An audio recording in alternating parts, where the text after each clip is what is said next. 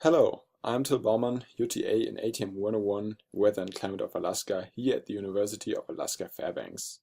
Welcome to my weather report and interpretation. In this screencast, I'm presenting the observations I conducted during my week of weather in late January, early February here in Fairbanks, and relate them to material from the National Weather Service.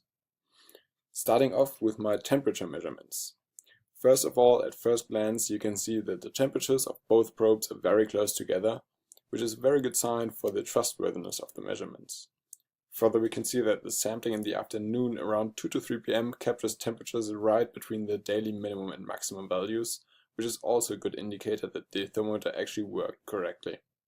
The spread between minima and maxima is consistently about 15 degrees Fahrenheit. Note that these minima and maxima are only plotted from Tuesday on because the thermometer takes data from 24 hours to get to these values. If you place your thermometer at your weather station and reset it 24 hours before you take your first observation, you will get minimum and maximum values for Monday as well.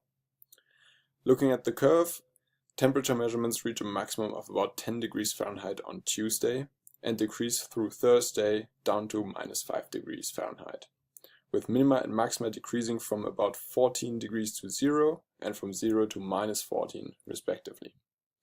On Friday, temperatures increase again to about 2 degrees Fahrenheit.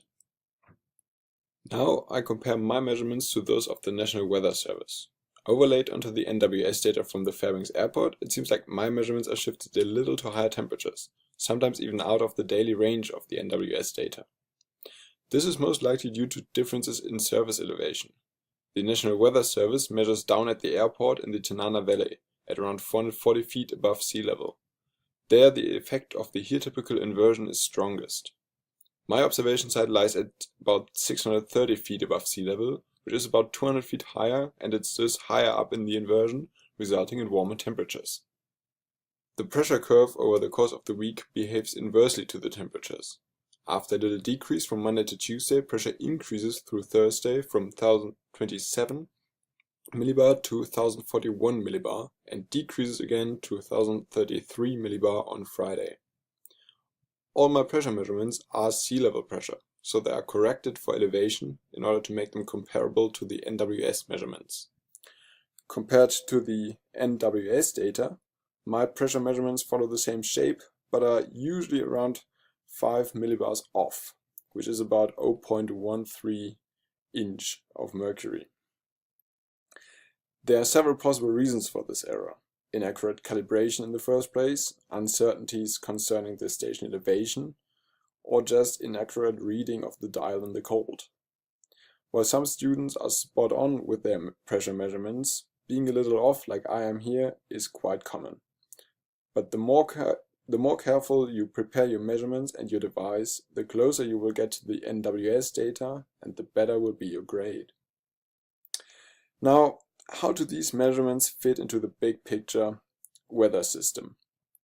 In the following, I'll go through the TV weather maps of each day and discuss how my observations and measurements are related to what the NWS satellites and ground stations report.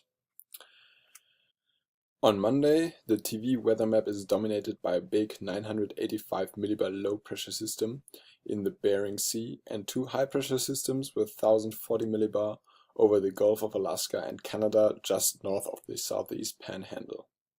The red dot on the map shows the location of Fairbanks. The thick purple line indicates an occluded front that brings precipitation to large parts of western Alaska.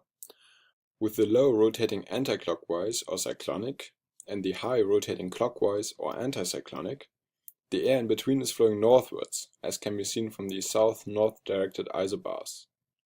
This southerly wind brings relatively warm, moist air from the sea north onto Alaska and forms a thick band of clouds. Note that in these TV weather maps we see infrared satellite images that don't show clouds as such. They only show the temperatures of whichever surface they see. The darker the color, the warmer. With clear skies, the satellite looks directly at the relatively warm Earth's surface, which results in dark colors. Thin clouds still let a lot of the surface thermal radiation go through to the satellite and are thus indicated by grayish colors. Thick clouds block most of the surface thermal radiation. and have usually quite high cloud tops, which are quite cold. This is shown by white colors in the satellite image. On the right, I also show here two photographs which I took at my station. The upper photo looks to the north, the lower to the south. In accordance with what we see on the satellite image, in the TV weather map, you can see high, thin cirrus clouds around the Fairbanks area, as is often the case preceding the front, and thick, dark clouds far to the south, down there. And for Tuesday, the picture changed considerably. While the two high-pressure systems east and southeast of Fairbanks persisted, the low-pressure system went north almost out of the chart, and Monday's occluded front is now split up into several little fronts, probably by this minor high and low over southwest Alaska. The position of the minor low just north of Kodiak helps again to fan moist air into the interior. Fairbanks, we will ignore the big thick line that indicates a trough right above Fairbanks. In Fairbanks, this leads to temperature rise, decrease in pressure, and a substantial increase in humidity, as you can see on the plot on the lower right here. Again, we can see a thick gray clouds coming towards Fairbanks from the south in the picture, around here. On Wednesday, apart from the big storm that hits the western Aleutians, all of Alaska is under the influence of strong 1050 millibar high-pressure systems.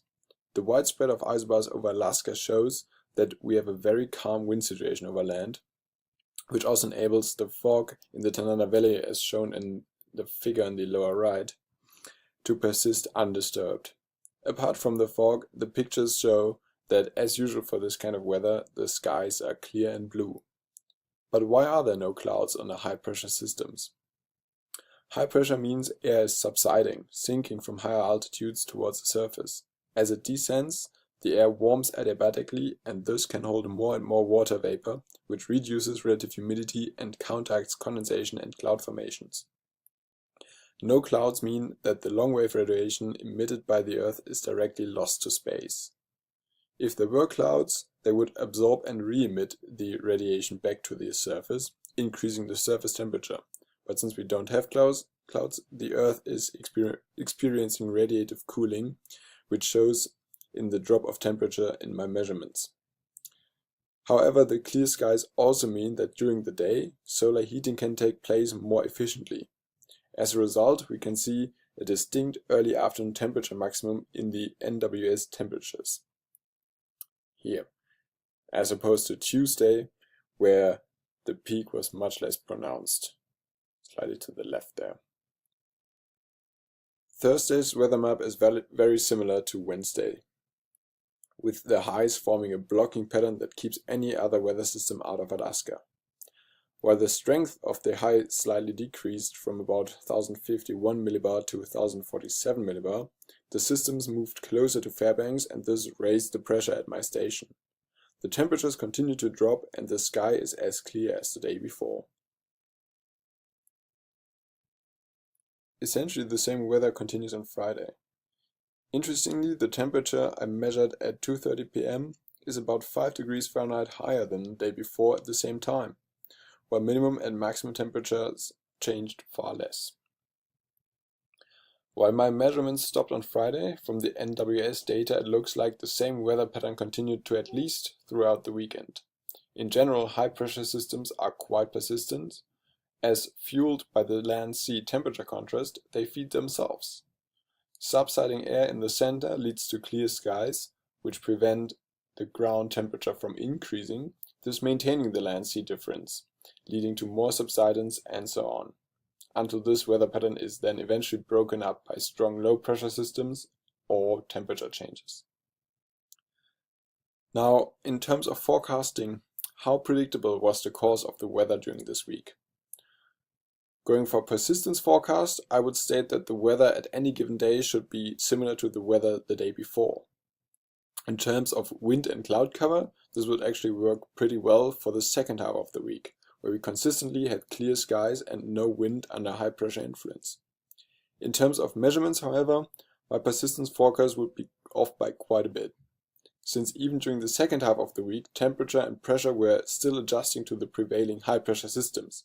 Only after my measurements ended, the NWS temperatures for the week looked very stable, so that a persistence forecast would make sense. What about using climatological means as a forecast tool? According to the book Climate of Alaska, the mean temperature for February is -4 degrees Fahrenheit, which is very close to what I measured on Thursday, when the influence of the highs in Fairbanks were strongest.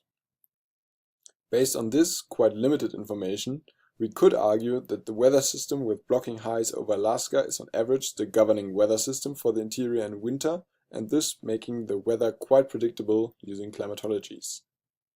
With this thought, I would like to end my week of weather interpretation. I hope you enjoyed my screencast. Good luck with yours. Thanks and goodbye.